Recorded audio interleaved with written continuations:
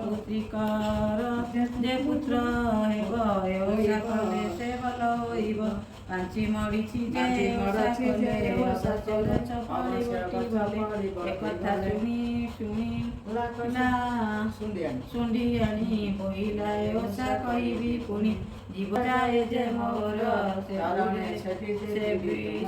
ଯେଥିବୁ ଚରଣ ତୁମର ଏମନ୍ତ କହି ଦୁହେଁ ଚଳିଗଲେ ଆପଣା ଆଶ୍ରମେ ଯାଇ ପ୍ରବେଶ ହୋଇଲେ ବୁଦ୍ଧିମା ମନ ଅନ୍ତର୍ଧାନ ହେଲେ ଶୁଣ୍ଡିଆଣି କର ବର ଦେଇ ଗଲେ ଏଥି ଉତ୍ତାରୁ ସେ ଗଲା ଗୃହସ୍ଥରେ ଉତ୍କୃଷ୍ଟ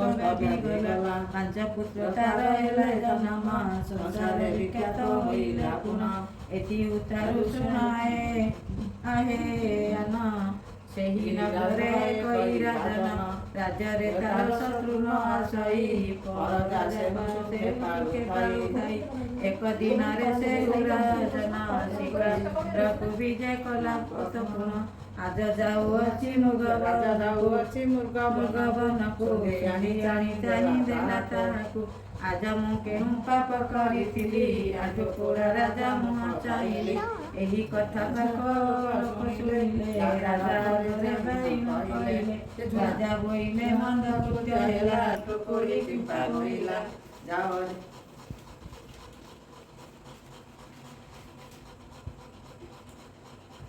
ଯାଅ ଦୂତ ବେଗ ହୋଇ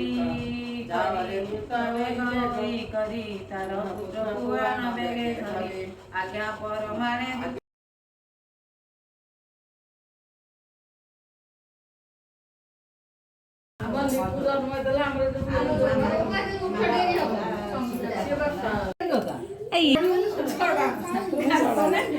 ଓଷା ତ ସମସ୍ତେ କରିଛେ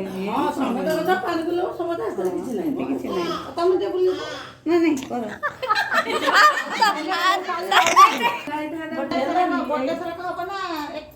କର ପାଣି ବୁଲେଇବୁ 3 ଥର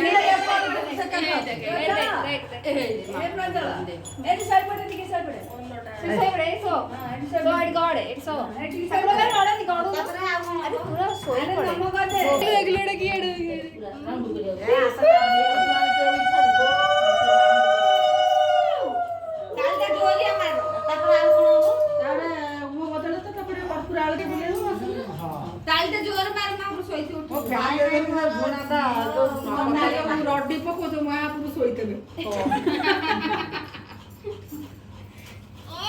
ଆଜି ଉଜାଗର ରହିବା ବର୍ତ୍ତମାନ ଅଛନ୍ତି ମା କେମିତି ଶୋଇପଡ଼ିବେ ସେବା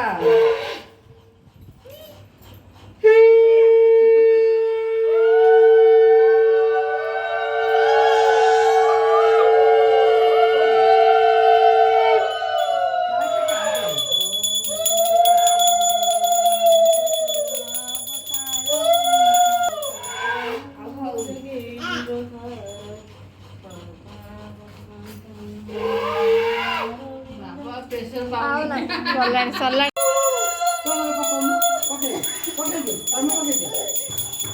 ତମେ ପଠେଇ ଦିଅ ବାବା ଧାନ ପକେଇବ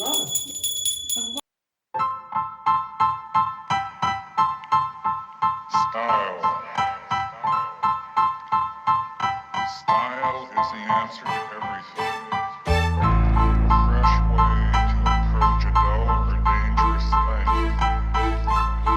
To do a dangerous thing with style is what I call art.